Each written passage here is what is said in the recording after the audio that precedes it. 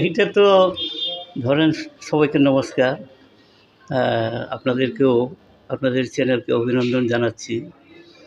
বিধানসভা এবং লোকসভা, রাজ্য এবং কেন্দ্র, তার মধ্যে নিশ্চয়ই ফারাক সেখানে আছে, কিন্তু দুটোটাই ইম্পর্টেন্ট।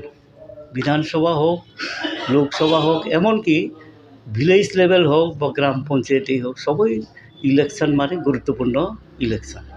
এবং কাজ করতে গিয়ে বিধানসভার একটা অভিজ্ঞতা হলো, সেখানে এলাকার জন্য কাজ করা, উন্নয়ন থেকে শুরু করে যারা গরিব অংশের মানুষ আছে, কৃষক, শ্রমিক, তাদের জন্য কথাগুলো বলা বিধানসভাতে এটা একটা গুরুত্বপূর্ণ বিষয়। নিশ্চিতভাবে পার্লামেন্টে সারা দেশের কথা সেখানে থাকবে। এবং এই মুহূর্তে দেশের যে অবস্থা, গণতন্ত্র হত্যা হচ্ছে এবং আমাদের কনস্টিটিউশন যেভাবে বলছে যে ধর্মনিরপেক্ষ সেকুলার কান্ট্রি, এটা মানা হচ্ছে না। তো নিশ্চিতভাবে সেখানে তার জন্য লড়াইটা হবে, যাতে আমরা সংবিধানকে রক্ষা করতে পারি এবং দেশের ধর্মনিরপেক্ষতা এটা বজায় রাখার জন্য আমাদের লড়াই হবে। এটা একটা গুরুত্বপূর্ণ সময় আমি মনে করি। সাথে মানে কীরকম হবে লড়াইটা মনে হচ্ছে? তিপ্রা মথাদল, তো আমি তিপ্রা মথাদল বলবো না বিজেপি বলবো, এটা বুঝে উঠতে পারছি না। সিদ্ধান্ত করেছে তাদের ক্যান্ডিডেট তিপ্রা মথা, এভাবেই শুনেছি এবং যা খবরাখবর পেয়েছি বা দেখেছি, তিপ্রা মথা দলের সুপ্রিমো উনি ঠিক করেছেন। কিন্তু সিম্বলটা হবে, শুনেছি বিজেপির পদ্ম ফুলেই সিম্বল হবে। তাতে বোঝা একটু কঠিন হয়ে গেল আমাদের জন্য। যাই হোক, তারা সিদ্ধান্ত করেছে, যেভাবেই হবে। লড়াই তো সবসময়ই, লোকসভা হোক, বিধানসভা হোক, পঞ্চায়েত লেভেলেই হোক, যে কোনো স্তরের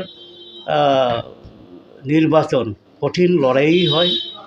এই কঠিন লড়াইকে আমাদের জয়যুক্ত করবার জন্য ওই এলাকার যারা ভোটার্স, তারাই সিদ্ধান্ত নেবেন। সর্বশেষ জনগণই ঠিক করে কাকে দিল্লিতে অথবা বিধানসভায় পাঠাবেন, তারাই ঠিক করে। সুতরাং আমি নিশ্চয়ই আশাবাদী যে এই যে কঠিন পরিস্থিতি অবস্থা, এটাকে পুনরুদ্ধার করবার জন্য পূর্ব আসনে যারা আমার গুরুজন আছেন, আমার মানে আমার বন্ধুস্থানীয় লোক আছেন, আমার সমবয়সী, আমার অভিভাবক যারা আছেন, আমার ছোট ভাই বোনে, সবাই এরকম একটা বিচার করে নিশ্চয়ই আমাদেরকে ভোট দেবেন। মানে বামফ্রন্টের সিপিআইএমের প্রার্থী এবং ইন্ডিয়া ব্লকের পক্ষে এবার ভোট দেবেন বলে আমার আশা, এবং তাদের কাছে আমার এটাই অনুরোধ। আপনি মানে এই মানে যে ফাইটটা হবে দুই দলের প্রার্থীর মধ্যে, তো সেটা আপনি কিভাবে দেখছেন? ওরা কিন্তু দুটা দল জুটে রয়েছে, আর আপনি একাই বামফ্রন্ট মনোনীত প্রার্থী। একা কীভাবে বলবো, নিশ্চয়ই একা নয়, আমাদের ইন্ডিয়া জোট আমরা, এবং এখানে তো বামফ্রন্ট আছে, সিপিএম, সবাই মিলেই আমরা লড়ছি। এবং তারা